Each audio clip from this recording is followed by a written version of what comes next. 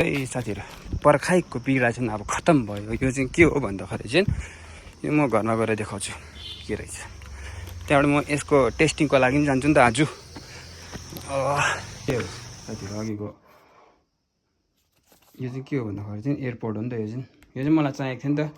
अब चाहिँ योमा हाल्छु हो हेलमेटमा। त्यहाँबाट यसको अब मैले यो चाहिँ किन मगाएको भन्दाखेरि चाहिँ यसको चाहिँ माइक दामी हुन्छ नि त। अब यसको उयो किन्नु पऱ्यो भने मैले अस्ति पनि भनेको थिएँ हो, त्यो कनेक्टर पाएन नि त। त्यही भएर चाहिँ यो एप्पलकै एयरपोड्स यो मगाएको छु नि त। यो चाहिँ यहाँ हाल्छु हो। अन्त यसको क्वालिटी कस्तो आउँदो रहेछ, भोइस क्वालिटी हो त्यो अहिले हेरौँ होला। ल अहिले सिधै तल भेटौँ न कस्तो आउँदो रहेछ।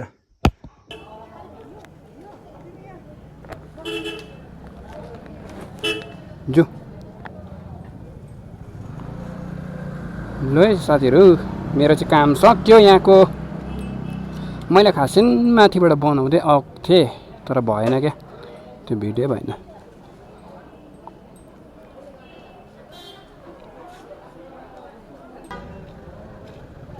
ब्लुटुथ अन गरेर अफ गर्नुपर्छ एकपल्ट। जु हिँड न पर मिलाउ न, मेरो ब्याट्री डेड हुन आँट्यो। जु ब्याट्री जहाँ 5%मा छ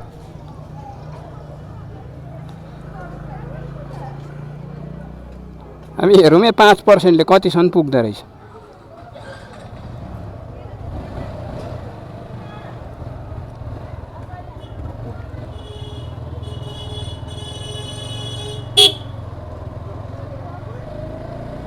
यहाँ चाहिँ यस्तो बिक्ना मान्छेहरू हुन्छ कि हट्दिँदैन क्या। आमाम कस्तो हर्न बजाएको फेरि।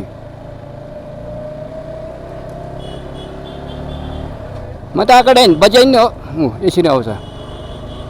म त उडाइन्छु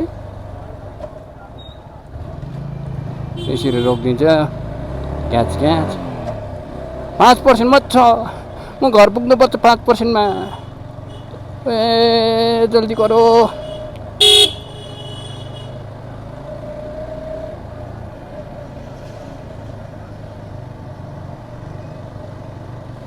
अनि के त हुँदैछ पछाडि।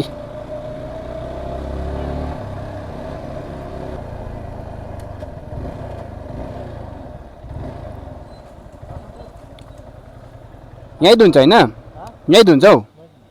ए गाडी त धुँदो रहेछ हौ।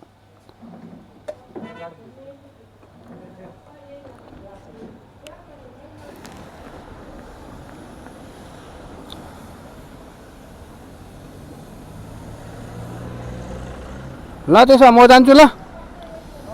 ल तिमी धोएर जाऊ न। अरे भिडियो भरै कोलाबरेसन गरिदिन्छु नि। ल ल त्यो वाट्सएपमा मलाई मेसेज पठाइराख ल।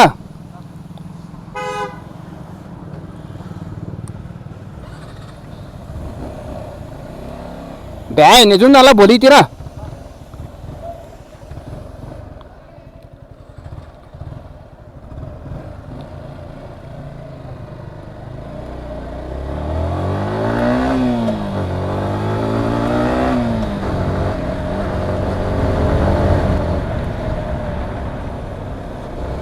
अघि भन्दा ओह्रालो गएको भिडियो चाहिँ भएन कि राम्रो, मतलब भिडियो नै भएन रहेछ कि। अब अहिले उकालो जाँदै गरेको चाहिँ हुँदैछ फेरि।